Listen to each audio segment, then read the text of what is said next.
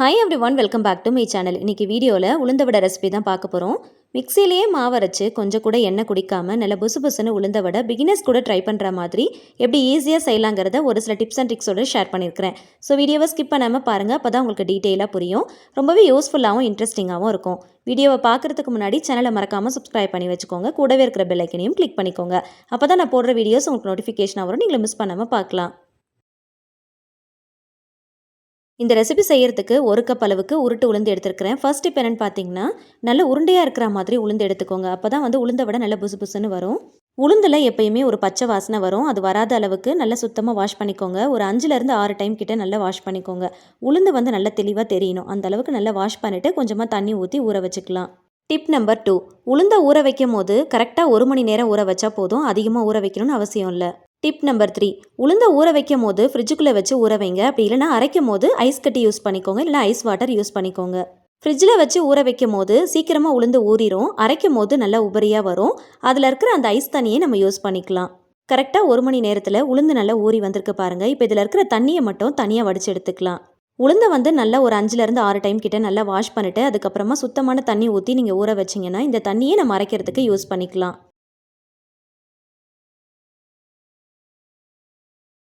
கிரைண்டரில் மாவாட்டும் போது எந்த அளவுக்கு புசு புசுன்னு உளுந்த வடை வருமோ அதே மாதிரி மிக்சிலையும் அரைச்சி நம்ம செய்யலாம்.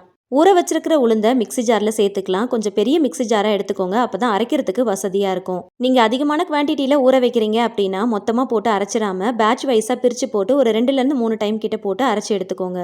டிப் நம்பர் 4, ஃபஸ்ட்டு உளுந்து அரைக்கும் போது கொஞ்சமாக தண்ணி ஊற்றி ஃபஸ்ட்டு அரைச்சிக்கோங்க. அதுக்கப்புறமா 1 ஸ்பூன் அளவுக்கு கொஞ்சம் கொஞ்சமாக தண்ணி ஊற்றி அரைச்சி எடுத்துக்கோங்க. கிரைண்டரில் மாவாட்டும் போது நம்ம கொஞ்சம் கொஞ்சமாக தண்ணியை தெளித்து விட்டு அரைப்போம். அதே மாதிரி தான் 1 ஸ்பூன் அளவுக்கு கொஞ்சம் கொஞ்சமாக தண்ணி ஊற்றி நல்லா அரைச்சி எடுத்துக்கோங்க. அரைச்ச மாவை சரியான பக்குவத்தில் அரைச்சிருக்கீங்களான்றதை செக் பண்ணுறதுக்கு ஒரு சின்ன கிண்ணத்தில் கொஞ்சமாக தண்ணி எடுத்துக்கோங்க. அதில் மாவு எடுத்து போட்டு பார்க்கும்போது இந்த மாதிரி நல்லா மிதந்து வரணும். இந்த மாதிரி வந்துச்சு அப்படின்னா நீங்கள் சரியான பக்குவத்தில் அரைச்சிருக்கீங்கன்னு அர்த்தம். உளுந்த வடையும் போடும்போது நல்லா வரும். டிப் நம்பர் 5, மாவுடைய பக்குவம் சரியாக இருக்கணும். ஸோ இந்த பக்குவத்தில் நல்லா வெண்ணெய் போல் அரைச்சி எடுத்துக்கோங்க. அரைச்ச மாவை மிக்சி ஜார்லேருந்து வேறு ஒரு கிண்ணத்துக்கு மாற்றிக்கலாம். டிப் நம்பர் 6, மாவு அரைச்சதுமே இந்த மாதிரி ஃபஸ்ட்டு கைவிட்டு நல்லா அடித்து எடுத்துக்கோங்க. மாவை எந்த அளவுக்கு கைவிட்டு அடித்து நல்லா பிசைறீங்களோ அப்போ தான் நமக்கு மாவு நல்லா உபரியாக வரும். உளுந்த வடையும் நல்லா புசு புசுன்னு வரும். மாவு அரைச்சி கிண்ணத்தில் நீங்கள் போட்டதை விட இந்த மாதிரி அடித்து நல்லா மிக்ஸ் பண்ணதுக்கப்புறம் மாவு நல்லா புசு புசுன்னு இருக்கிற மாதிரி உங்களுக்கே தெரியும் பார்க்குறதுக்கு. இப்போ தேவையான பொருட்கள் எல்லாத்தையுமே சேர்த்துக்கலாம்.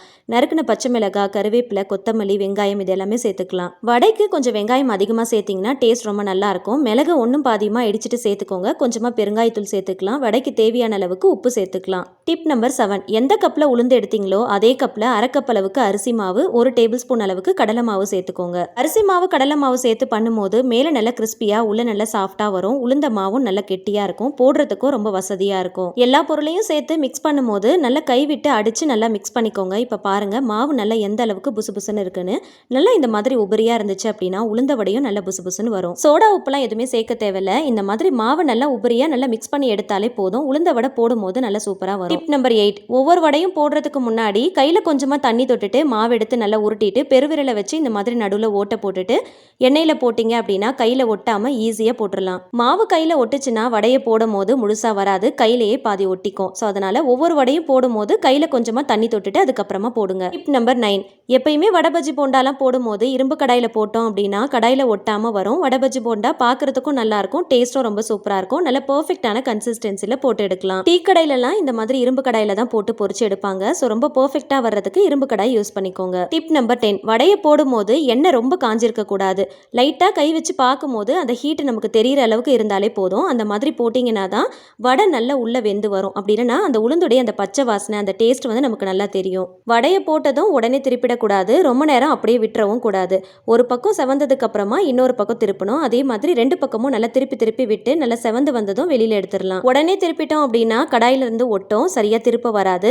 ரொம்ப நேரம் விட்டுட்டோம் அப்படின்னா நம்ம சேர்த்துருக்கிற அந்த வெங்காயம், கருவேப்பிலை இதெல்லாம் பார்த்தீங்கன்னா ரொம்ப கரிஞ்சு போன மாதிரி ஆகிடும். ஸோ அதனால் 2 பக்கமும் திருப்பி திருப்பி போட்டு நல்லா செவந்து வந்ததுக்கப்புறமா வெளியில் எடுத்துடலாம். எண்ணெயை வடிச்சிட்டு வெளியில் எடுத்துடலாம். அவ்வளோதான். இந்த மாதிரி நல்லா செவந்து வந்ததுக்கப்புறமா வெளியில் எடுங்க. நல்லா பொறுமையாக சிம் ஃப்ளேமில் வச்சு வேக விடுங்க. அப்போ தான் உள்ளே நல்லா வெந்திருக்கும். ஒரு சில கடைகளில் நம்ம உளுந்த வடைலாம் வாங்கி அதை பேப்பரில் வச்சோம் அப்படின்னா அதுலேருந்து எண்ணெய் அப்படி நல்லா வழிஞ்சு வரும்.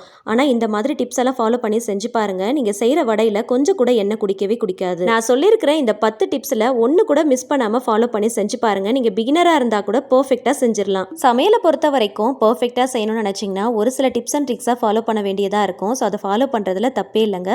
கண்டிப்பா இதை ஃபாலோ பண்ணி செஞ்சு பாருங்க. இது வரைக்கும் உளுந்த வடை மட்டும் எனக்கு சரியாவே வந்ததில்லைன்றவங்களா இருந்தா கூட கண்டிப்பா சூப்பரா செய்யலாம்.